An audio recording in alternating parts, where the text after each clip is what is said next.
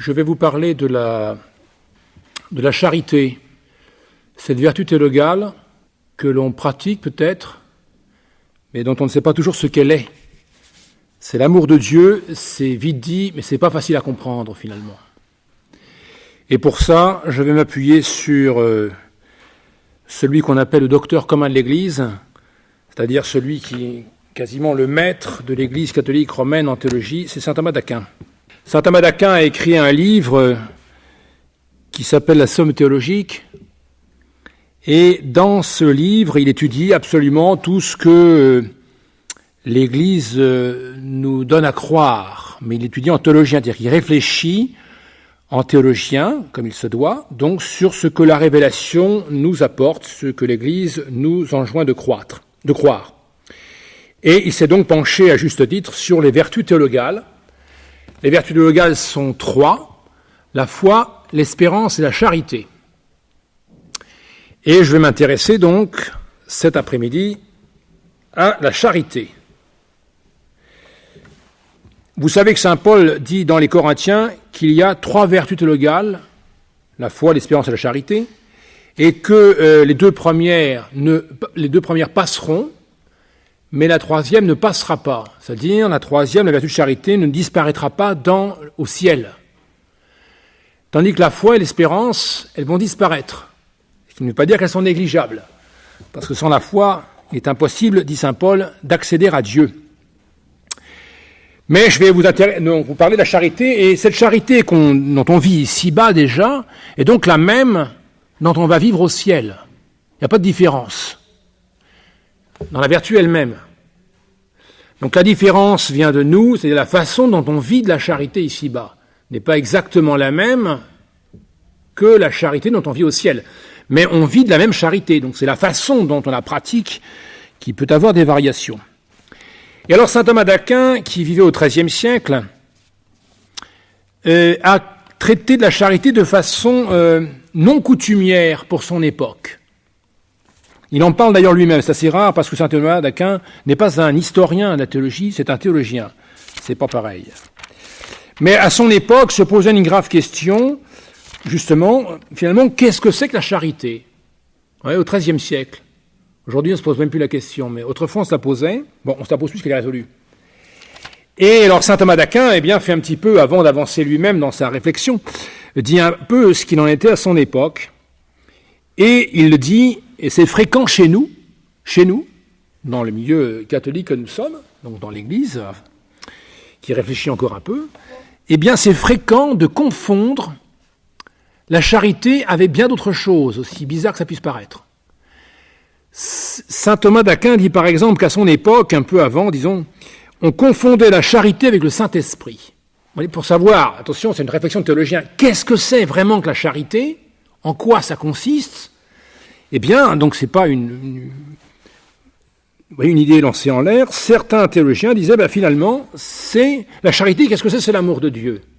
Et qu'est-ce que c'est finalement l'amour de Dieu ? C'est la façon dont Dieu s'aime lui-même. Et qu'est-ce que c'est que cette façon dont Dieu s'aime lui-même ? C'est la personne du Saint-Esprit. Donc la charité, c'est le Saint-Esprit. Raisonnement simple, qui est faux. Saint Thomas dit évidemment, la charité n'est pas le Saint-Esprit. Elle nous est communiquée par la Sainte Trinité, et en particulier, donc on approprie cette communication au Saint-Esprit, mais la charité n'est pas le Saint-Esprit. Alors et c'est là que saint Thomas est un petit peu, il est nouveau par rapport à ses prédécesseurs, et on fera pas beaucoup mieux après lui, en point de vue en tout cas. Il va introduire une notion particulière pour arriver à dire, c'est mon but, vous expliquer ce que dit saint Thomas, pour arriver à dire ce qu'est la charité. C'est-à-dire, encore une fois, nous réfléchissons à ce que c'est que la charité. On dit, j'aime mon prochain, j'aime Dieu par-dessus tout, on connaît l'acte de charité, on fait des actes de charité, on devrait en faire, mais la question, c'est pas de savoir si on fait des actes ou pas, la question, c'est de savoir, mais qu'est-ce que c'est que la charité, exactement ? La foi, on sait plus ou moins, on sait que la foi, c'est une adhésion d'intelligence aux vérités que Dieu nous a révélées. L'intelligence, on a une volonté d'intelligence, notre âme s'épanouit dans ces deux facultés, intelligence et volonté, et par l'intelligence, donc cette faculté que nous avons, nous adhérons à la révélation de Dieu. Et nous adhérons parce que Dieu nous y aide, parce que tout seul on n'y arriverait pas.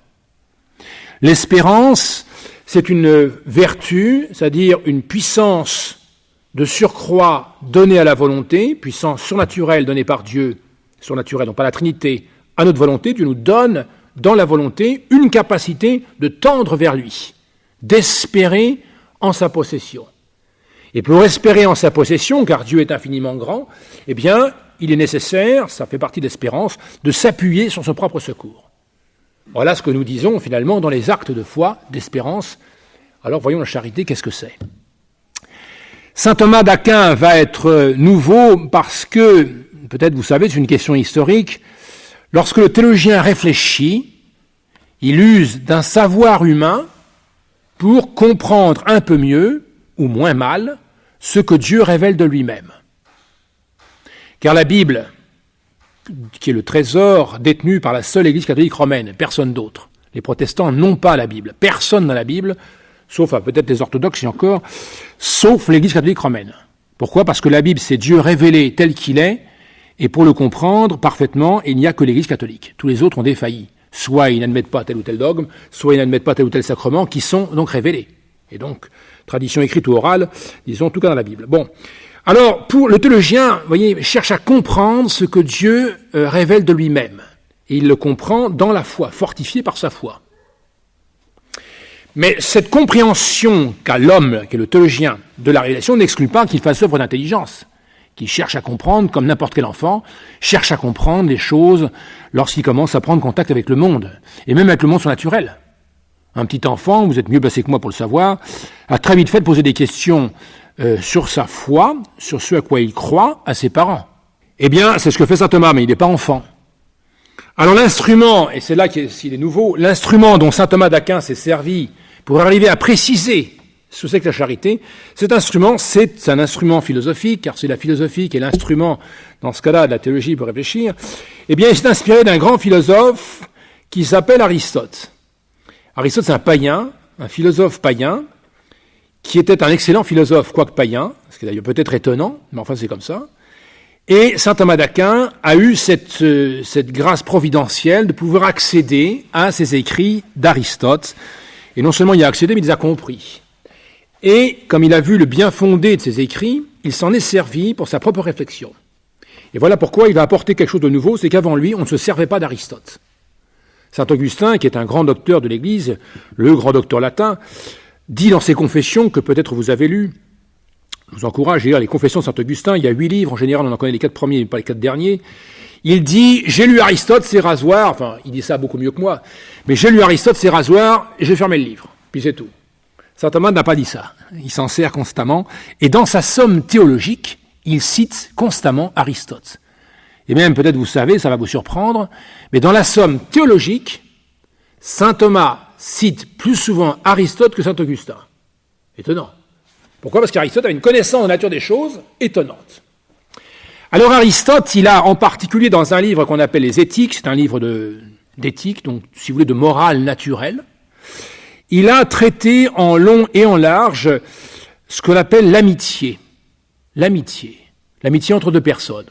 L'amitié entre un homme et une femme, entre un mari et son épouse, l'amitié entre un prince et ses sujets, l'amitié entre deux hommes, l'amitié entre un père et ses enfants, l'amitié entre un maître et ses esclaves. Voilà, il a traité de toutes les façons dont les hommes pouvaient s'aimer entre eux, ce païen. Et il a écrit des choses d'ailleurs admirables, d'un bon sens étonnant. Saint Thomas connaît ce traité d'amitié et va s'en servir pour traiter de l'amitié que l'homme a avec Dieu. Et voilà qui est nouveau.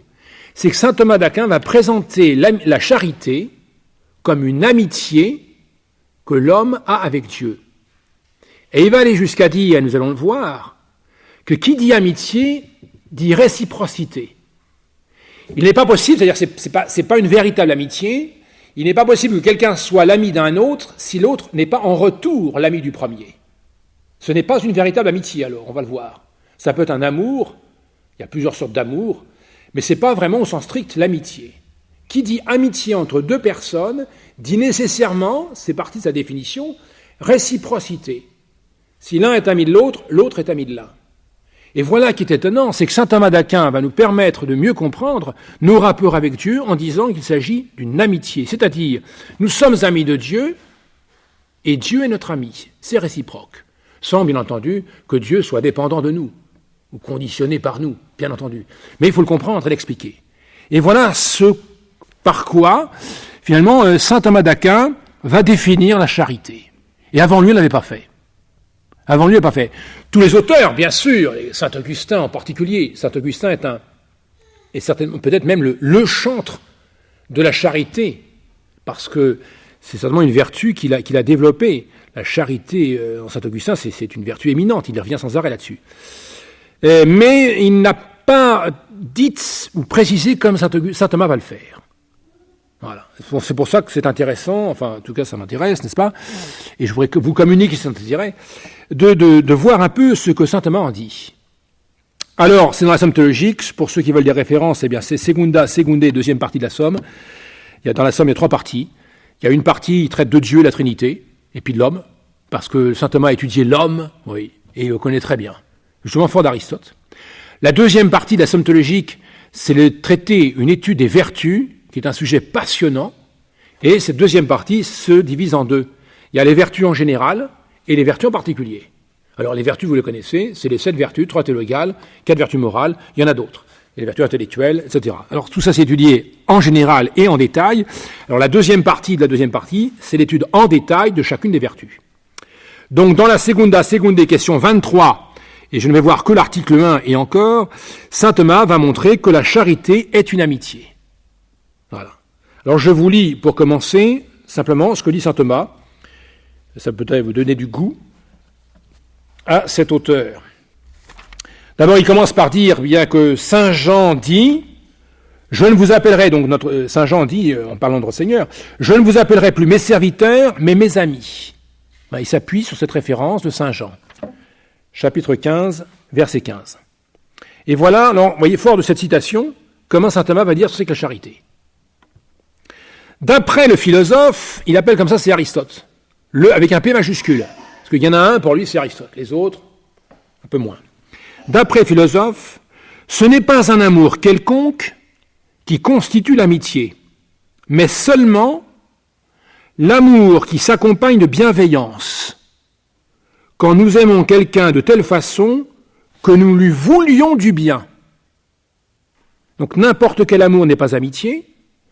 Il faut effectivement, pour qu'il y ait amitié, qu'il y ait bienveillance, c'est-à-dire vouloir du bien à celui qu'on aime. Étonnant. Je vous vois étonné. Comment peut-on vouloir du bien? Vouloir un bien à Dieu, il a déjà tout. Il est la bonté parfaite. Comment peut-on vouloir du bien à Dieu? Saint Thomas va l'expliquer. Si nous ne voulons pas le bien des réalités aimées, donc de ce que nous aimons, de ce qu'on aime, mais accaparer pour nous ce qu'elles ont de bon, donc on ne veut pas le bien de celui qu'on aime, on veut le bien pour soi. Comme quand nous disons aimer le vin, vous voyez, donc saint Thomas est passé en Valais, ou aimer un cheval, il est passé ailleurs, ou en outre semblable, cette fois ce n'est plus l'amour d'amitié, mais un amour de concupiscence. Et voyez que cette petite ouverture sur le trait de la charité a des conséquences énormes, parce que c'est les confusions actuelles dans lesquelles nous sommes. La confusion, là, saint Thomas la lève tout de suite, entre l'amour d'amitié et l'amour de concupiscence. L'amour d'amitié est un amour qui veut le bien de l'autre. L'amour de concupiscence est un amour qui veut le bien de soi. L'autre va me servir à moi. Voilà la différence déjà, oui. On est ou vers l'autre ou vers soi. Car il serait ridicule, dit-il, il serait ridicule de dire de quelqu'un qu'il a de l'amitié pour du vin ou un cheval. Voilà. Saint Thomas dit, alors quand il dit c'est ridicule dans le bouche de saint Thomas, ça veut dire c'est grotesque, c'est pas raisonnable. Dire qu'on a l'amour d'amitié pour le vin, qu'on aime la bouteille, c'est pas un amour d'amitié. Ça ne peut être au mieux que la concupiscence. Il dit, il ne faut pas être sot. Cependant, donc, l'amitié est une bienveillance, c'est-à-dire l'amitié se porte vers l'autre, aime l'autre, et non pas l'autre pour soi. Elle se porte vers l'autre. Mais, dit saint Thomas, ça ne suffit pas à dire l'amitié. C'est pas simplement bienveillance, se porter vers l'autre. Cependant, la bienveillance ne suffit pas à constituer l'amitié. Il faut de plus, entre les deux amis, un mutuel amour. Car un ami aime en son ami quelqu'un qui l'aime lui aussi, qui l'aime, qui aime lui aussi. L'apostrophe.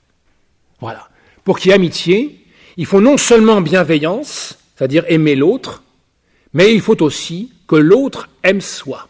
S'il n'y a pas cette communication entre les deux, ce retour, cette réciprocité entre deux amis, il n'y a pas amitié au sens strict. Il pourrait y avoir quelque chose qui est tout à fait honorable, la bienveillance. On pourra souhaiter du bien à quelqu'un et l'aimer en conséquence. Ce n'est pas encore l'amitié, ce n'est que la bienveillance. Si on prétend que l'autre va nous servir à nous, on l'aime parce qu'il nous fait du bien, alors ça c'est de la concupiscence, c'est même pas de la bienveillance. Et pas d'amitié. Voilà donc une telle bienveillance, dit saint Thomas, qui, en tant que réciproque, eh bien, est une amitié, et il ajoute, c'est pas tout, pour qu'il y ait véritable amitié, pour qu'il y ait cette bienveillance réciproque, eh bien, il faut un fondement. Pourquoi deux amis s'aiment-ils réciproquement? Pourquoi? Il y a une raison. Quelle est cette raison de cette réciprocité? Eh bien, la raison de cette réciprocité entre deux amis, c'est ce qu'il appelle, saint Thomas, et le mot est fort important, parce que c'est le mot qui va reprendre Aristote, ce fondement, c'est la communication. La communication. En latin, ça revient au même. Il faut une communication. Voilà. Alors, à notre époque, le mot est galvaudé, on ne sait plus ce que ça veut dire, on va voir, ça a un sens. C'est pas, quand on emploie aujourd'hui communication, c'est pas sans rapport avec cette communication ici, mais c'est pas tout à fait la même chose. Donc, pour qu'il y ait amour d'amitié, il faut bienveillance vers l'autre, et l'autre a bienveillance vers soi. Il faut donc réciprocité, et cette réciprocité est fondée sur une certaine communication. Alors, voyez, le mot communication dit quelque chose de mise en commun. Il y a une mise en commun, une communication, c'est un partage, les modernes le disent bien, c'est un partage de quelque chose de commun. Il y a quelque chose de commun que les amis partagent entre eux, et qui les rend amis. Alors, nous sommes, attention, n'oublions pas, dans le côté de la charité.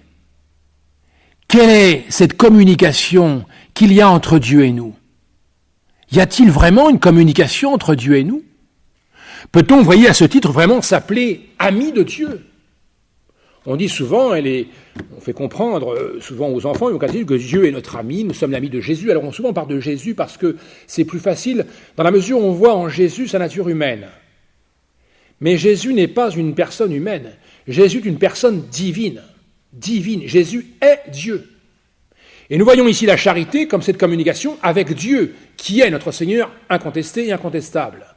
Mais nous voyons ici cette amitié avec Dieu lui-même, donc Jésus en tant qu'il est Dieu.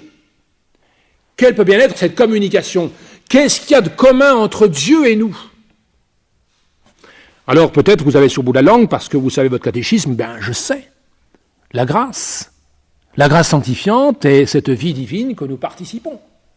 La grâce sanctifiante, c'est une communication que Dieu nous fait de sa propre vie.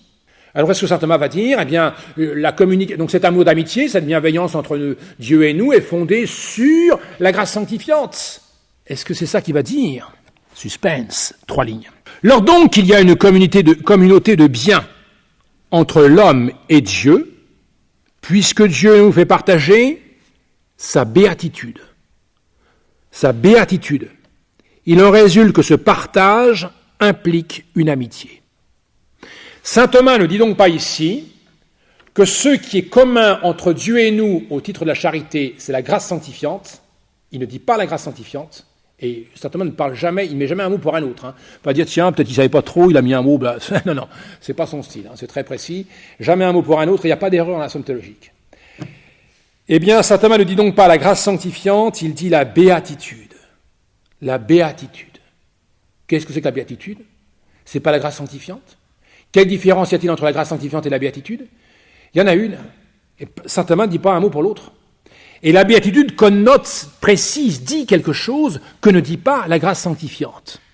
Voilà, si vous voulez, quelques sujets d'étude de la théologie, qui sont très intéressants, bien entendu, et qui fondent notre vie spirituelle. Alors j'achève d'abord cet article de saint Thomas pour détailler davantage. Il en est parlé donc par saint Paul en ces termes. Donc il s'appuie cette fois sur saint Paul pour justifier son dire, c'est-à-dire que c'est pas la grâce sanctifiante qui est la raison du commun entre Dieu et nous, mais la béatitude. Dieu est fidèle, par lui nous sommes appelés, et c'est là, il est très fort saint Thomas, parce qu'il reprend saint Paul, qui finalement est très semblable à Aristote. Attention, ça ne veut pas dire que c'est Aristote la révélation, ça n'a rien à voir. Mais, si vous voulez, le bon sens est évacué par personne, ni par les saints, ni par Aristote. Dieu est fidèle, dit saint Paul. Par lui, c'est aux Corinthiens, 1er, chapitre 1, verset 9. Par lui, nous sommes appelés à vivre en société avec son Fils. Et voilà, si vous voulez, déjà une précision sur cette communication dont parle saint Thomas. C'est une vie en société. Et saint Thomas va développer dans le traité de la charité tout ce qu'apporte précisément cette communication de la béatitude qui dit saint Paul, mais il faut arriver à saisir cette béatitude qui est une vie en société. Et vous verrez, enfin, on verra par là aussi l'importance, c'est un petit peu ce que je voudrais montrer, eh bien l'importance du monde dans lequel on vit pour comprendre encore mieux les difficultés qu'on peut avoir à vivre de charité ou au contraire les aides que nous en recevons. Donc il faut préciser quelques notions, si vous voulez, maintenant qu'on a lu saint Thomas, vous voyez, les séminaristes ne font pas autre chose, enfin il y a le professeur qui leur explique, il dit ça, puis ils essaient de comprendre, enfin ils essayent, le professeur explique. Nous allons justement essayer de développer un peu ce que dit saint Thomas pour comprendre justement la grandeur, la beauté de la charité, et peut-être faire mieux encore des actes de charité ou la pratiquer davantage encore, ou essayer de la mettre davantage en pratique. Sachant que, comme c'est une vertu théologale, surnaturelle et infuse, ce n'est pas nous qui l'augmentons, c'est Dieu qui l'augmente en nous. Mais c'est une autre question. Donc voyons d'abord ce que c'est que la béatitude. Puisque saint Thomas parle de la béatitude, c'est ce commun entre Dieu et nous. La béatitude des saint Thomas n'est pas la grâce sanctifiante. Alors qu'est-ce qu'il y a comme différence ? La grâce sanctifiante, c'est, vous le savez, donc nous la recevons, la grâce sanctifiante, c'est la vie divine en nous. Nous avons vraiment, le Concile de Trente a affirmé contre les protestants, que nous sommes vraiment justifiés, c'est-à-dire que nous avons vraiment en nous, cette insensible mais bien réelle, la vie divine.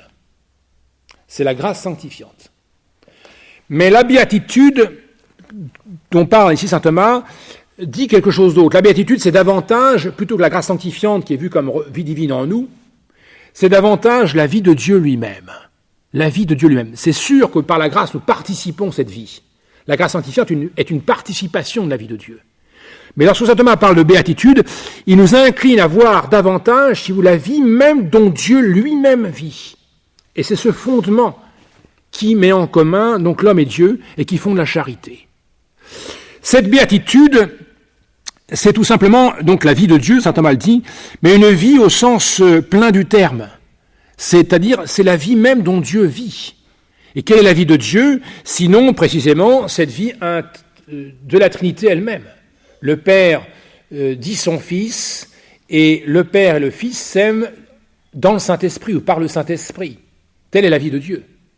Cette communication, justement, cette communication des trois personnes entre elles. Il y a communication. Alors, la communication des trois personnes entre elles n'est pas autre que Dieu. Dieu est cette communication des trois personnes entre elles. Dieu est à la fois la pensée du Père, qui est le Fils, et à la fois l'amour du Père et du Fils, qui est le Saint-Esprit. Parce qu'en Dieu, tout est simple, absolument. Mais voilà ce que dit davantage béatitude. La béatitude, vous voyez, dit davantage, ici dans cet article, et tel que saint Thomas l'introduit, dit donc davantage la vie même de Dieu que notre élévation à la vie surnaturelle, ou la béatitude vue comme le bien dont on va jouir dans l'éternité. Vous voyez, la béatitude est vue ici comme, encore une fois, ce dont Dieu vit lui-même. Elle n'est donc pas vue, si vous voulez, comme ce que nous aurons, nous, en possession dans l'éternité. Car les saints, actuellement, voient Dieu. Ils sont en pleine possession de Dieu lui-même. Ils jouissent de cette vision, car la béatitude, selon saint Thomas, est une vision, à laquelle, évidemment, ça implique la volonté, et on reçoit donc cette jouissance. Donc les saints vivent de Dieu. Alors, ils sont dans la béatitude. Mais ici, la béatitude est vue, encore une fois, comme cette vie divine, active. Dieu est actif. Dieu n'est pas passif. Dieu n'est pas un passif, au contraire, il est, encore une fois, dans cet échange des trois personnes entre elles, constamment, éternellement. Voilà cette béatitude. Il est donc davantage, voyez, vie de Dieu en lui-même que possession future ou bien participation de cette vie. Donc c'est vraiment Dieu tel qu'il est connu, tel qu'il s'est dévoilé dans le Nouveau Testament en particulier. Car il fallait le Nouveau Testament pour croire et donc savoir que Dieu est trinitaire. Il n'y a explicitement que dans le Nouveau Testament que Dieu nous apprend, le Fils nous apprend justement qu'il est le Fils du Père. Voilà donc cette béatitude dont saint Thomas nous dit que c'est le fondement de la charité. Et c'est donc, vous voyez, plus que la grâce sanctifiante. Et on est conjoint à Dieu. Enfin, on va être conjoint à Dieu par la charité. On va participer, justement, à cette vie trinitaire elle-même.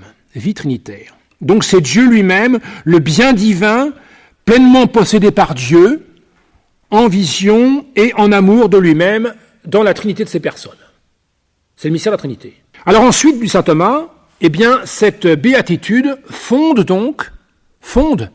cette communication, et le terme est technique, cette communication entre Dieu et nous. On communique. Alors le mot, les moyens de communication dont on parle aujourd'hui, ces moyens de communication, c'est un mot qui ressemble effectivement, qui peut nous introduire à ce que c'est que la communication de nous avec Dieu. Cette communication, elle est fondée dans l'Écriture, dans bien des endroits, le Nouveau Testament surtout, parle de cette communication à la béatitude divine, en tant qu'elle fonde une amitié. Alors saint Thomas, fort justement du traité d'Aristote, a bien vu que l'amitié entre deux personnes pouvait être variable en raison des personnes. Ainsi, par exemple, un mariage épanoui, c'est un mariage précisément dont les époux deviennent, non seulement ils sont époux, mais de véritables amis, c'est-à-dire il y a communication réciproque dans le mariage. Et qu'échange-t-il ? Quelle est finalement cette communication qui fonde finalement la vie des époux ? Eh bien, vous le savez mieux que moi, cette communication qui fonde la vie des époux, c'est tout simplement la famille. C'est ça, c'est la famille. Et qu'est-ce que c'est qu'une famille ? Eh bien, c'est précisément mettre tout en commun pour le bien même de cette famille, qui est d'abord les enfants, leur éducation, leur perfection. Et la perfection des enfants, c'est aussi la perfection des parents, car ils se perfectionnent à perfectionner leurs enfants. Et ça, c'est la vie de famille. La vie de famille.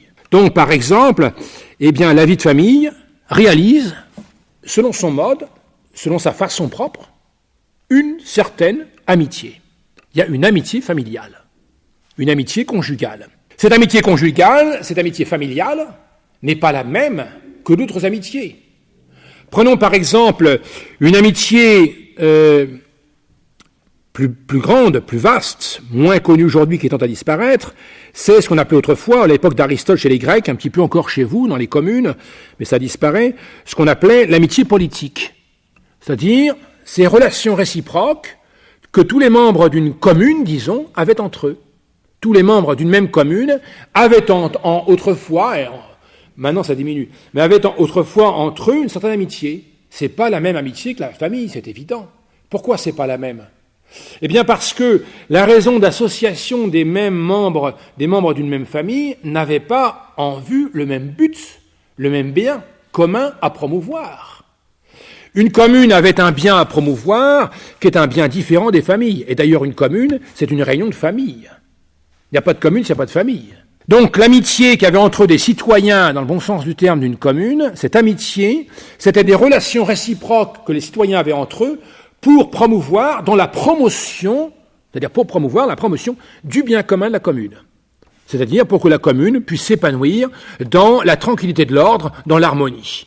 Mettre tout en valeur et tout en œuvre pour que tous les membres de cette commune vivent dans la paix, la tranquillité de l'ordre. Voilà. Ça, c'était autrefois, il nous tempérait, ce qu'on pouvait encore voir, et on le voit encore un peu dans le Valais, c'est vrai, c'était du bon sens. Un bon sens élaboré, mais enfin du bon sens. Bon, ça disparaît. Et à ce titre, voyez, on peut parler d'amitié.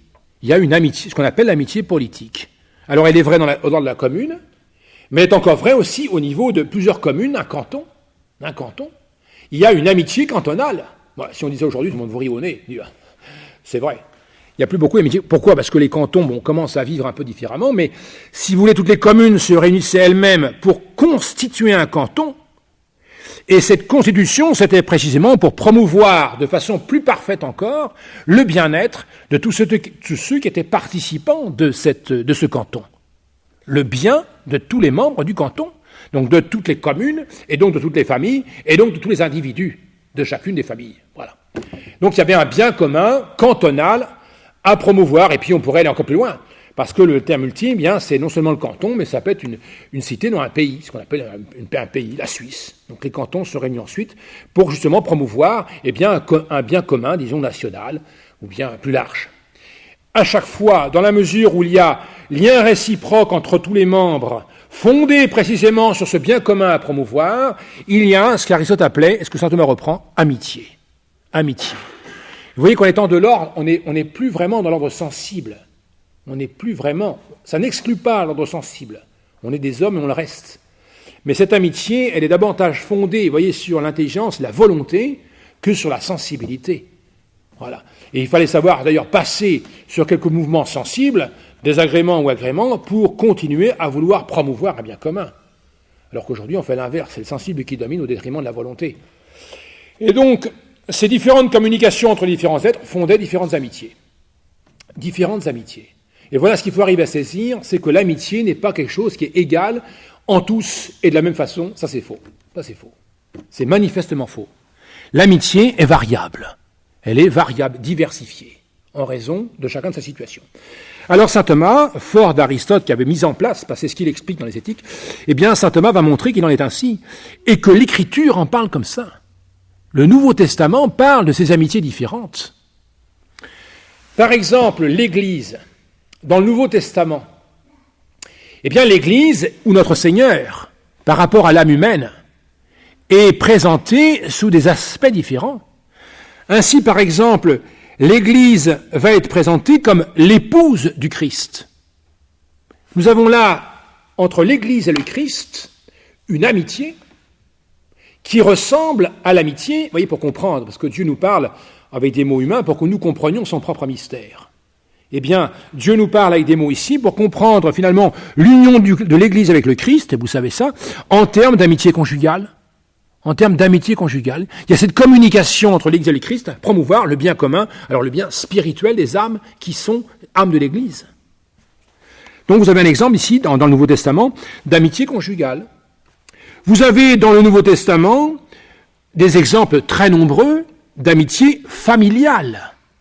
Donc non seulement si vous voulez conjugale entre l'épouse et l'époux, c'est l'Église et le Christ, mais vous avez donc l'épouse et le Christ, c'est donc vous avez ça dans les Éphésiens. Dans les Éphésiens, c'est l'épître qu'on lit le jour du mariage. On dit le sacrement du mariage, justement, est un signe de l'union du Christ et de l'époux, du Christ et de l'Église. Voilà. Donc c'est vraiment là, Et vous voyez que l'Église catholique, là, justement, est dépositaire de la Bible, elle explique ce que ça veut dire.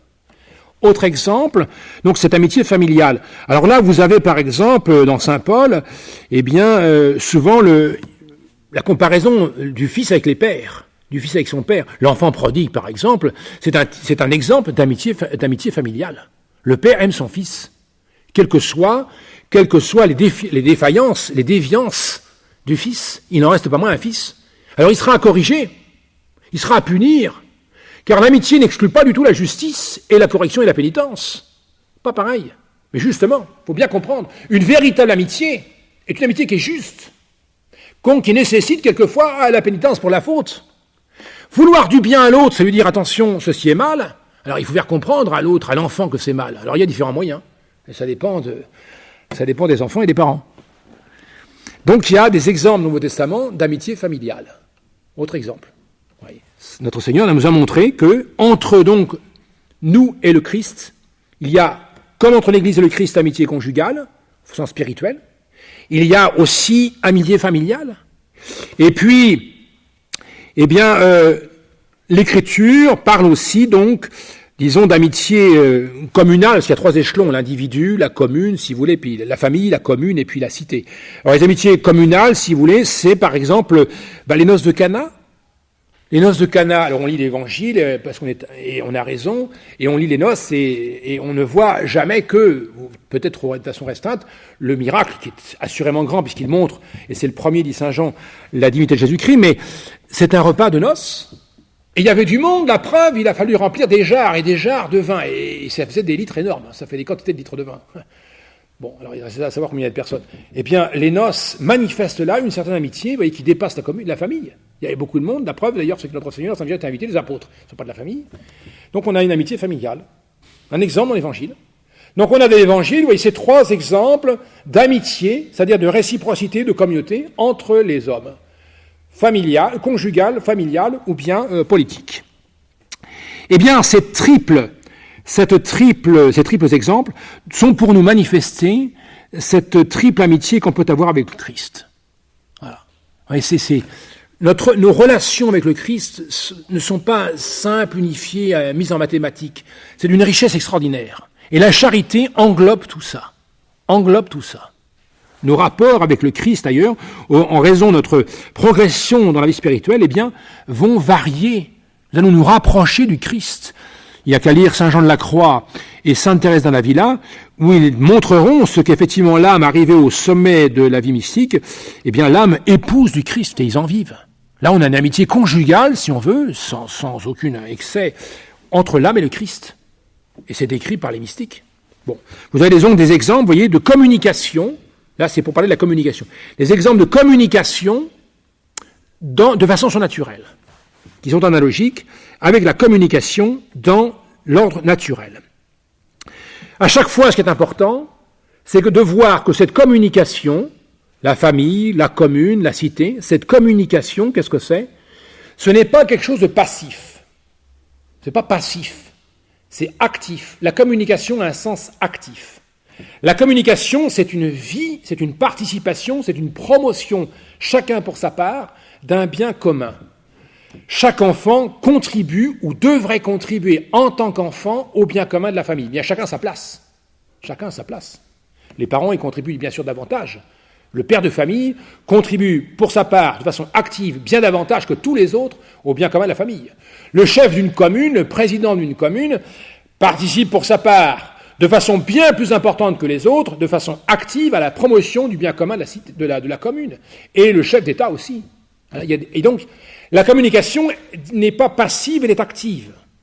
On a donc, vous voyez, finalement, chacun pour sa part a à promouvoir ce bien qu'on appelle commun, c'est-à-dire ce bien qui va repaître chacun des membres de ce bien, de cette cité, de cette famille, de cette cité. Voilà, vous voyez, pourquoi il s'agit de communication, dit saint Thomas, de la béatitude, et non pas de la grâce, qui à la limite, la grâce peut être plus passive qu'active. Vous voyez, on est gratifié par la vie divine, mais on doit ensuite la faire à vivre par les vertus. Donc la béatitude, on connote justement cette vie dans l'ordre surnaturel, comme elle le connote dans l'ordre naturel. Nous avons donc à vivre, vous voyez, à communiquer avec le bon Dieu, c'est-à-dire à ne pas rester passif, mais à, pour notre part, participer finalement à ce bien commun surnaturel auquel le bon Dieu nous a fait participer par sa grâce sanctifiante. Voilà donc ce que c'est, si vous voulez, que la communication et la béatitude. Alors, précisons maintenant, le troisième aspect, c'est le fait que cette communication de la béatitude, pour être une amitié, nécessite réciprocité. Réciprocité. S'il n'y a pas réciprocité, il peut y avoir amour, mais il n'y aura pas amitié. Il manquera quelque chose dans cette communication de la béatitude. Alors, il faut revenir un peu, mais rapidement, sur les trois façons que saint Thomas nous a données ici d'aimer. Il y a trois façons d'aimer, il a dit. Pourquoi ? Parce que qui dit amour dit bien. Qui dit amour dit bien. Le bien, qu'est-ce que c'est que l'amour ? C'est en fait une inclination de la volonté à un bien. Aimer, c'est être incliné à un bien. Les biens sont multiples. Il y a les biens d'en face, terrain de foot. Il y a le bien surnaturel ici, et puis il y a bien d'autres biens. On pourrait donc, c'est pour ça que je pensais que cette conférence sur le terrain de foot, parce qu'on aurait eu des exemples plus concrets peut-être pour saisir les différences de biens. Les biens sont multiples. Et saint Thomas nous les rappelle. Comme les biens sont multiples, les amours sont multiples. Il y a trois biens, en fait, on peut récapituler les biens sous trois chefs. Et donc, il y a trois amours distincts. Le premier bien, dans l'ordre d'imparfait à parfait. Donc, le bien le moins parfait, mais c'est un bien. Un bien, mais le moins parfait des biens, c'est ce qu'on appelle le bien utile. Le bien utile. Qu'est-ce que c'est qu'un bien utile ? Eh bien, c'est le cas de le dire, c'est un bien qui va nous servir, comme son nom l'indique, l'utile, utile pour quelque chose d'autre. Donc vous voyez, un bien utile ne finalise pas, il n'achève pas un désir. C'est un moyen finalement pour un autre bien. Donc il n'achève pas un désir. C'est un bien utile. Ce bien utile, il relève d'amour qu'on appelle amour de concupiscence. De concupiscence. C'est un bien qui va passer, c'est un bien qui va réjouir la concupiscence, quelle qu'elle soit, mais ça n'ira pas plus loin. Voilà. Je me fais plaisir. C'est un bien qui fait plaisir.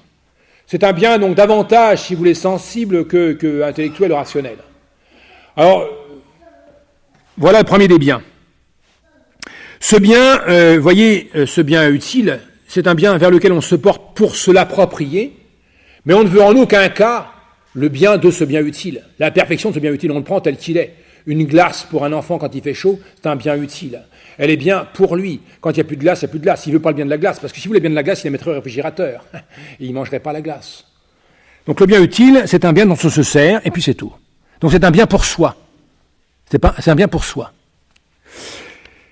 Vous avez ensuite le bien délectable. Le bien délectable.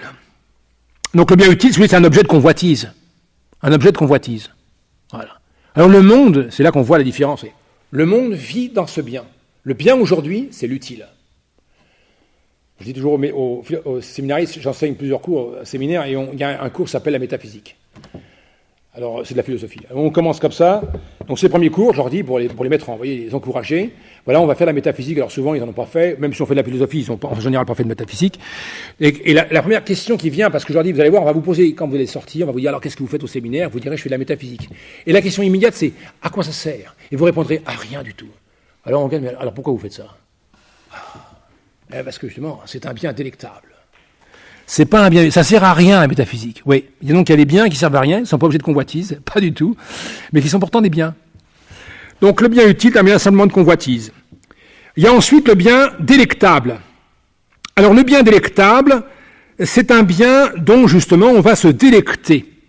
On va se délecter. Un bien utile n'est pas forcément délectable. C'est un bien dont on va se délecter. Mais vous voyez, c'est encore un bien finalement qui va rendre, enfin pour le bénéficiaire. Il est davantage, vous voyez, pour soi que pour l'autre, le bien délectable. L'ami là-bas, si l'ami est délectable, il est aimé pour soi et non pas pour l'autre. Les déviations aujourd'hui du mariage, c'est-à-dire les pseudo-mariages, eh bien, relèvent de ce bien-là. Ce ne sont pas des mariages. Il n'y a pas, justement, quand il n'y a pas mariage d'ailleurs, ils ne peuvent pas fonder, vous voyez, ces unions qu'on appelle libres, tout ce que vous voudrez, ces unions ne peuvent pas, au sens strict, fonder une véritable amitié. C'est impossible. Ils sont fondés sur, justement, le bien délectable. Alors l'autre est aimé pour soi.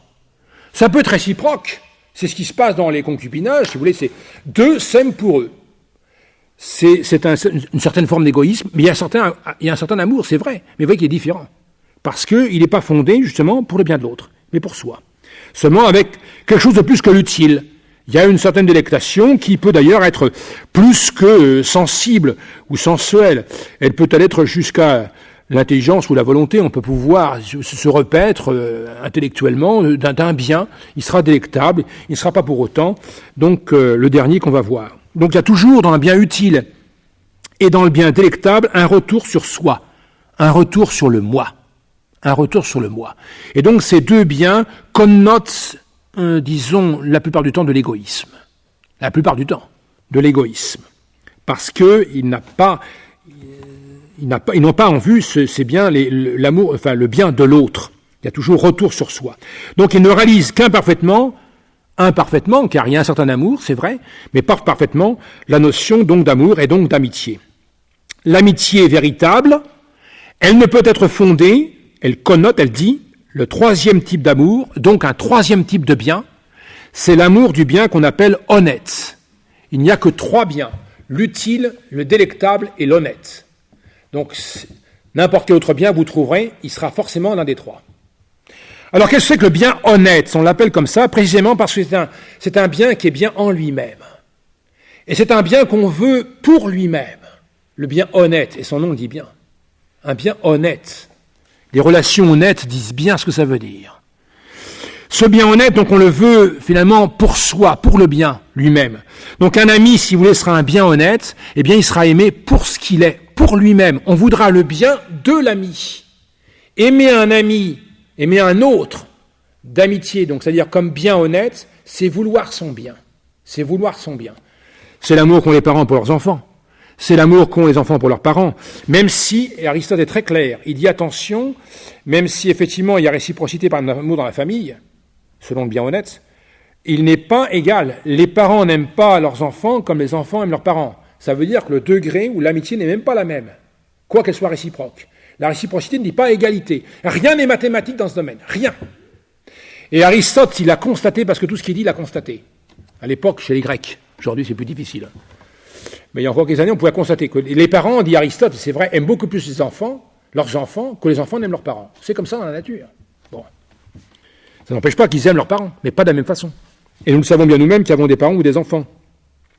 Donc le bien honnête, c'est un bien qui est voulu pour lui-même. L'affection, alors, est portée à l'ami par, justement, bienveillance. Bienveillance. Vous voyez, on est bienveillant à l'égard de l'autre. Être bienveillant, c'est justement dire vouloir l'autre, vouloir le bien de l'autre. Mais ça ne suffit pas. La bienveillance ne suffit pas. La bienveillance ne dit pas complètement l'amitié. Mais il n'y a pas d'amitié sans bienveillance. Mais la bienveillance peut n'être pas amitié, mais par contre, toute amitié est bienveillante. Alors pourquoi la bienveillance n'est pas forcément amitié? Saint Thomas l'a dit. Parce que la bienveillance, c'est aimer un autre, c'est tout. Mais est-ce que l'autre m'aime, moi? Est-ce qu'il m'aime? Eh bien, c'est pas sûr. Alors là, il n'y aura pas réciprocité. Donc il y aura bienveillance dans un sens, et ça sera bien, mais il n'y a pas réciprocité, donc il n'y a pas amitié. Vous voyez? Donc c'est pour ça que l'amitié n'est pas nécessairement... L'amitié est bienveillance, mais la bienveillance n'est pas forcément amitié. Donc l'affection est portée à l'ami en pure bienveillance. Ce qu'on veut alors, pour l'ami qu'on aime comme bien honnête, ce qu'on veut, c'est qu'il soit, lui, bon. Voilà, on veut que l'ami qu'on aime soit bon. Soit bon. Bon en lui-même, parfaitement bon, autant que c'est possible. Alors qu'est-ce que c'est qu'aimer un homme, donc un autre, un homme ou une femme, bien sûr. Qu'est-ce que c'est qu'aimer un homme d'amour, d'amitié et de bienveillance? En quoi ça consiste, finalement? Dire je vous aime, et puis c'est tout? Pas du tout. Bon, on peut le dire, mais ce n'est pas l'essentiel. C'est une manifestation de la vérité. Et qu'est-ce que ça veut dire aimer l'autre? Aimer un homme d'amour de bienveillance ou d'amour d'amitié même? Eh bien, ça veut dire vouloir qu'il soit vertueux. Vertueux. Qu'il ait toutes les vertus et accompli. Voilà ce que c'est que l'amitié. Vouloir que l'autre soit vertueux. Donc aider l'autre, finalement, à le rendre vertueux. C'est pour ça que je vous disais, l'amitié, la charité, n'exclut pas du tout la justice, qui est une vertu, et qui fortifie la volonté, et qui la rend capable de rendre à chacun ce qui lui est dû. Ce qui est complètement nié aujourd'hui. Aujourd'hui, on dit l'amour, l'amour, l'amour. Bon, d'abord, à mon avis, les biens qu'on aime ne sont pas précisés comme ça, on ne sait pas ce qu'on aime. Amour, amour pour tout le monde, c'est vrai. Mais chacun, l'un sera utile, l'autre délectable pour les monettes. Et puis ensuite, l'amour aujourd'hui, qui est similaire de la paix, est exclu de la justice. On exclut la justice aujourd'hui. Plus jamais la guerre, disait Paul VI. C'est une erreur. Sinon une faute. Parce que quelquefois, vont la faire. Pour défendre justement un bien. Pour défendre un bien qui est ravi de façon injuste. Bon, c'est des exemples. Donc voilà, la véritable amitié, c'est d'abord une bienveillance, c'est aimer l'autre pour lui-même, ça veut dire le souhaiter, et donc c'est pas passif, c'est pas des velléités, j'aimerais bien que mon ami soit vertueux, et qu'est-ce que vous faites pour ça? Strictement rien, mais comme j'aimerais, rien, c'est pas de la bienveillance, ça. C'est une velléité de bienveillance, un pieux désir de bienveillance, mais c'est pas la bienveillance. La bienveillance, l'amitié est actif, je veux le bien de l'autre. Et c'est plus difficile. Donc voilà ce que c'est que cet amour de bienveillance. Et alors, si cette bienveillance est réciproque, l'autre que j'aime par amour de bienveillance, pour lequel finalement j'entreprends des activités pour qu'il soit bon, si l'autre en fait autant vis-à-vis de nous-mêmes, alors il y a effectivement communication, vous voyez, communication dans un souci mutuel actif de vertu, il y a véritablement amitié. Voilà le fondement que précise Aristote et dont s'est servi saint Thomas pour dire ce qu'est la charité. On dit, mais alors, c'est invraisemblable. Qu'est-ce qu'on peut bien vouloir à Dieu? Qu'est-ce qu'on peut bien vouloir activement à Dieu puisqu'il est déjà tout? Il est déjà tout. Comment alors maintenant comprendre, vous voyez, cette réciprocité de bienveillance, donc cet amour d'amitié, bien honnête, vis-à-vis de Dieu? Eh bien, saint Thomas le dit, et saint Paul et saint Jean et tout dans le Nouveau Testament, nous sommes véritablement amis de Dieu. Donc il faut comprendre comment cette amitié se réalise, cette communication, vous voyez, de bienveillance réciproque se réalise vis-à-vis de Dieu. À la limite, nous ne doutons pas, c'est très facile, nous ne doutons pas que Dieu soit bienveillant à notre égard, Car nous savons, c'est ça l'amour de Dieu pour nous, qu'est-ce que Dieu veut de nous? Il veut faire de nous des saints, donc des parfaits dans la vertu. C'est évident, évident. C'est-à-dire, voilà ce que veut Dieu. Que Dieu nous aime, c'est ainsi. Il nous veut des saints. Et la sainteté, c'est une perfection dans la vertu. Sont saints ceux qui sont vertueux, ceux qui vivent, donc qui pratiquent la vertu. Et pour être saint, il faut la pratiquer même de façon éminente, ce qu'on appelle héroïque. C'est pour ça que, autrefois, avant les nouveaux procès maintenant, mais autrefois, dans les procès de canonisation, il y avait l'examen, on examinait s'ils avaient pratiqué les vertus de façon héroïque. Car l'héroïsme était une preuve, justement, un signe d'éminence dans la vertu et donc de sainteté. L'éminence dans la vertu, l'héroïcité manifestait justement la sainteté. Voilà pourquoi autrefois on examinait l'héroïcité qu'on disait des vertus. Aujourd'hui, ça ne s'examine plus. On n'examine plus l'héroïcité des vertus, mais les vertus tout court, et encore. Bon, enfin, c'est encore une autre question, mais vous voyez qu'on touche à tout. C'est normal, la charité permet de toucher à tout. Alors, comment est-ce qu'on peut aimer Dieu d'amour de charité? Effectivement, il va falloir comprendre, et c'est pas mathématique, il va falloir, adapter ou comprendre par similitude comment nous sommes liés à Dieu par amour de bienveillance réciproque. Car Dieu est tout. Et Dieu est la béatitude. Il est sa béatitude à lui. Il est Dieu, il vit de lui-même. Il est la béatitude. Il est donc tout lui-même. C'est lui la béatitude. Il est donc le bien par excellence. La béatitude, dans ce sens-là, c'est le bien par excellence. Donc il est le bien par excellence. Le bien honnête, évidemment, mais au-delà même. Il est, vous voyez, le bien par excellence. Et ce bien par excellence, ce bien nous attire à lui. Vous voyez, Dieu, dans la mesure où il nous a gratifiés de sa vie divine, nous a donné la grâce sanctifiante, Dieu, donc, nous donne la grâce, c'est lui qui nous donne cette vie surnaturelle, et en nous donnant cette vie surnaturelle, il nous attire à lui. Il nous embrase, comme on dit, la charité, comme un feu, et le feu monte, donc il nous attire à lui. Ainsi, donc, nous sommes attirés à Dieu, qui est le bien. Par la charité, nous allons retrouver, dans ce qu'on a vu, cette participation qu'on appelle communication à un bien commun. Bien commun de la cité, bien commun de la famille, on a vu tout ça. Justement, Dieu, par la charité, va nous attirer, parce que c'est lui qui fait tout, mais on va vivre à ce bien commun. Quel est ce bien commun? C'est la béatitude. Comment alors donc Dieu va nous attirer finalement en lui? Il va nous faire entrer par la charité, et c'est pour ça que ça m'en parle de béatitude, il va nous faire entrer dans cette société, comme on rentre dans une famille par naissance, comme on rentre dans une commune par habitation, comme on rentre dans une cité, un canton.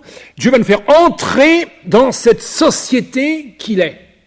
Quelle est cette société qu'il est? Ce sont les trois personnes divines, qui sont justement activement, si vous voulez, le bien. Les trois personnes divines sont la vie même de Dieu. Ainsi, par la charité, Dieu nous associe comme membre, attention, pour notre part, il n'y a pas d'égalité, un peu comme on peut être associé dans une communale ou une vie politique, donc nous associe pour notre part, à notre place, mais nous associe à cette vie de famille qu'est la Trinité. Nous rentrons, pour ainsi dire, par image, par métaphore, nous rentrons, pour ainsi dire, par la charité, dans la vie de famille des trois personnes divines. Nous communiquons, au sens strict, nous communiquons dans la vie même de Dieu, donc qui constitue sa propre béatitude. Donc Dieu est aimé, vous voyez, comme finalement un enfant aime son père, ou comme un enfant aime ses frères et sœurs, ou comme un mari aime son épouse, car tout s'y rejoint. Toutes ces amours sont dans cette charité. Nous sommes invités finalement à vivre de Dieu lui-même, entrer dans la Trinité. Nous entrons dans la vie de la Trinité, qui est toute notre vie. C'est la société divine. Alors c'est à la fois une famille, si vous voulez, par analogie, c'est un rapport conjugal, c'est un rapport familial, c'est un rapport politique, de communal, enfin, tout y est. En tout cas, c'est pas mathématique. Les mots ici ont un sens, si vous voulez, spirituel. Voilà ce que c'est que vivre de charité. Vivre en charité, dit saint Paul. Vivre en charité. Vivre dans la charité. C'est vivre en cette communication de la béatitude, en communication de cette vie même dont Dieu est en train de vivre actuellement. Actuellement. Ainsi, nous aimerons Dieu, alors, pour lui-même, en lui-même. Et nous l'aimons pour lui, pour ce qu'il est.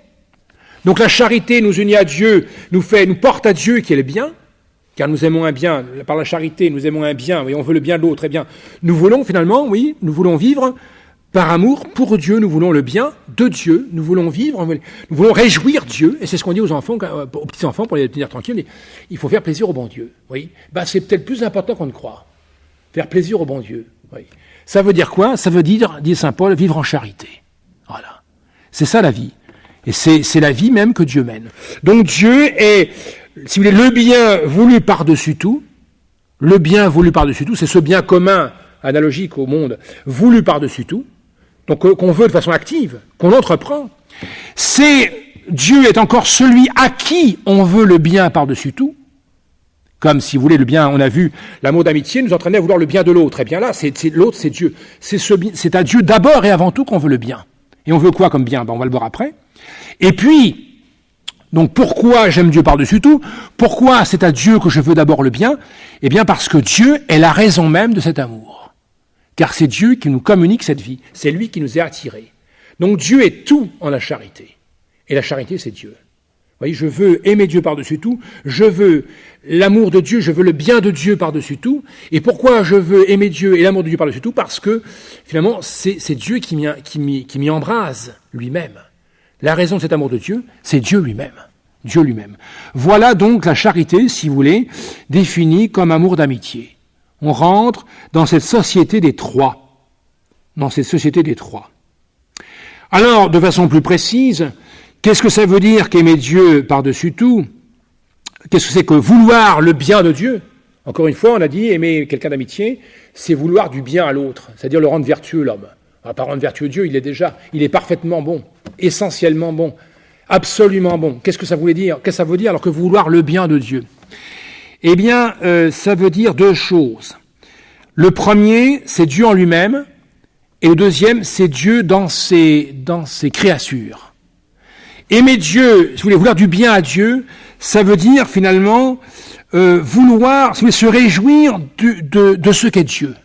Se réjouir de ce qu'est Dieu. Se réjouir des richesses que constitue l'être divin. Voilà. C'est se complaire de ce qu'est Dieu, des possessions qu'est Dieu lui-même.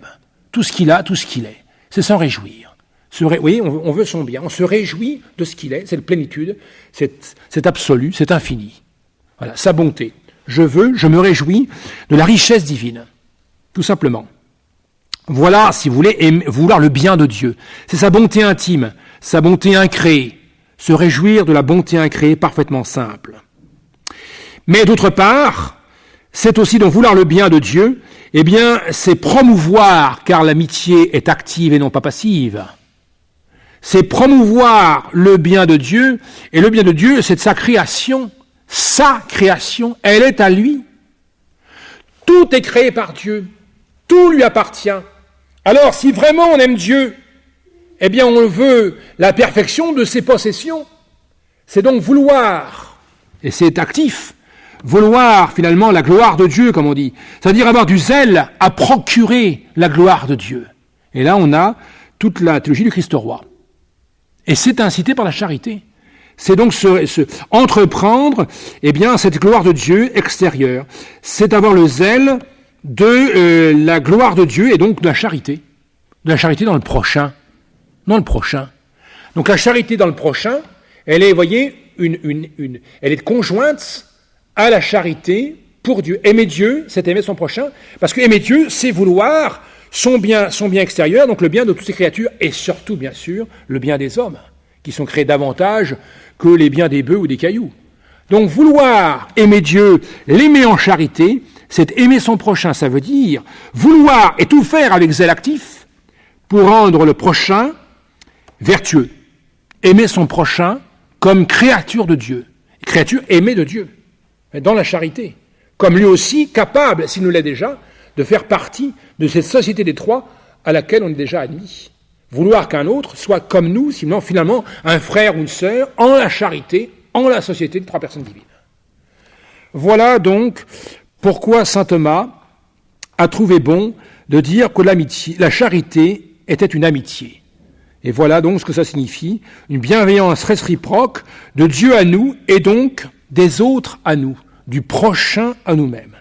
Ainsi donc Dieu, effectivement, le premier nous a aimés et nous avons en retour, c'est l'Office Sacré-Cœur, nous avons en retour à aimer Dieu comme il nous aime. À aimer Dieu comme effectivement il nous aime, c'est-à-dire à vouloir promouvoir le bien de Dieu comme lui-même finalement promeut, chacun à son échelon, notre propre bien. L'aimer comme il s'aime. Car la charité nous fait entrer à l'amour de Dieu, et cet amour de Dieu, c'est l'amour même dont Dieu s'aime lui-même. Aimer Dieu, par la charité, c'est aimer Dieu, c'est participer à cet amour de Dieu dont il s'aime lui-même. Voilà pourquoi on peut attribuer la charité au Saint-Esprit. Car l'amour dont Dieu s'aime lui-même, c'est le Saint-Esprit. Alors vous voyez, certains ont dit la charité c'est le Saint-Esprit, c'était pas juste. La charité n'est pas le Saint-Esprit. Mais vous voyez quand même qu'on peut effectivement dire, après tout ce qu'on a dit, que la charité c'est le Saint-Esprit. Car il nous fait pénétrer, cette charité, dans cet amour même dont Dieu s'aime lui-même, et cet amour c'est le Saint-Esprit. Voilà pourquoi la charité peut être dit, en tout cas, participation, si on veut, au Saint-Esprit, à la troisième personne de la Sainte Trinité.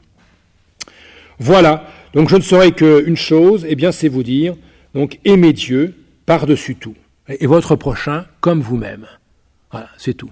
Mais c'est tout un programme, vous voyez.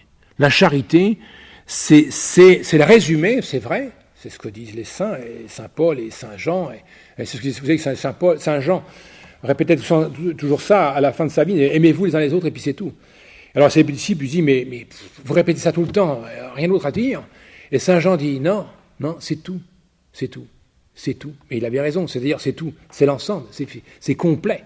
Voilà. Lorsque effectivement on aime l'autre comme son prochain, eh bien on est dans la charité, parce que si on l'aime comme son prochain, comme il convient, si c'est vraiment un proche, eh bien c'est un autre, comment dirais-je, participant lui aussi de cette société des trois personnes divines. Voilà pourquoi on ne peut pas aimer Dieu sans son prochain, et aimer vraiment son prochain, c'est effectivement aimer Dieu. Les deux sont conjoints. Voilà. Donc, pour le reste, eh bien, il faudra d'autres conférences, que ce n'est qu'un article parmi tant d'autres de la somme théologique. Ainsi donc, la charité, comme dit saint Thomas, est bien une amitié, donc fondée sur la communication de la béatitude. Voilà, de la béatitude. Vie active d'amour de Dieu réciproque. Et donc manifeste, dit saint Thomas, que la charité est une amitié de l'homme avec Dieu.